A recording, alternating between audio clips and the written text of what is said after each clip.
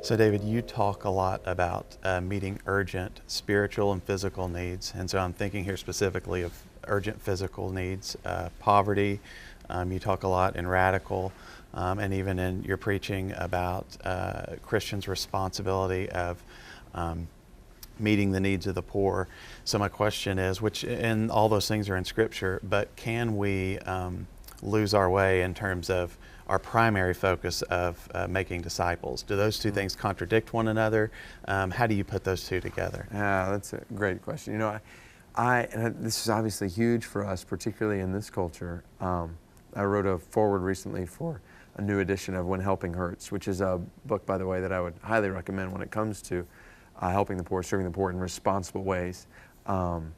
And so, but the authors there, Corbett and Fickert, both talk about, I mean, they say we're some of the richest people to ever walk planet Earth. Like we are the rich.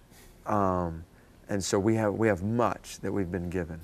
And so how do we use these resources in a world of urgent spiritual and physical need? And the way we use that term, I use that term a good bit just because our urgent spiritual need, I mean, billions of people on a road that leads to an eternal hell, a couple of billion of them never having, not even having access to the gospel right now, and physical need, whether it's a billion people living in desperate poverty, and more on top of that, just living with very little. So, okay, we can't read this book and believe this book and live out this book without feeling a tension there between all that we have been entrusted with by God's grace, resources, and needs in the world. Now, I'm not saying there's simple solutions to, you just give this money here, then you'll solve all the world's hunger problems like that. I'm not trying to be oversimplistic in that in any way, but I am saying we've got to look at our use of possessions as followers of Christ, and not in a way that in any way detracts from the Great Commission. So I know historically in the church that there is a tendency whenever you begin to talk about the poor and social justice or social ministry, that there is a pulling away from the gospel and a pulling away from the Great Commission. And so I want to be zealous in my own heart and the church that I pastor to guard against that, because I know I'd be a fool to think there's not a tendency toward that. But I'm convinced, though, that it's the gospel that's what's driving concern and compassion for the poor in the first place. 2 Corinthians 8 and 9 is obviously a perfect example of that. This is why we give generously and not in an obligatory manner, because we give cheerfully because we're motivated to do that by the sacrifice of Christ, who became poor for our sake that we might become rich. So it's the gospel that drives this.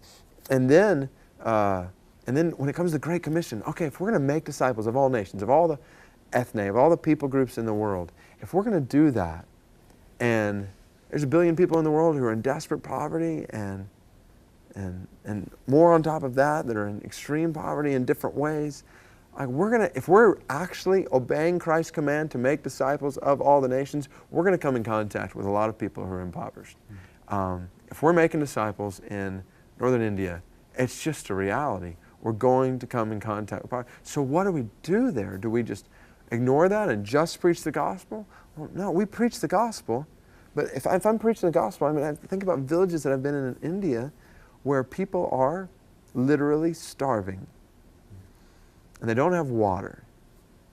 And I'm there, and I want to be a part of making disciples among all these people groups and areas where we've worked in and partners we've worked with. As we're sharing the gospel, it's going to make sense for us to think through some good, healthy, sustainable ways alongside local churches in India to help people who are starving have food and help people who have no water have water. That just makes sense. If we're serious about making disciples there, then physical things are going to come up. Physical needs are going to come up. And as the church, we're going to respond to those physical needs in the same way we do in the church I pastor here, but even in greater ways in places where there's such a lack. And so all that to say, I hope that even when I'm talking about concern for the poor, what I've written, and it's number one, driven by the gospel, and two, just it coincides clearly with the Great Commission in those ways.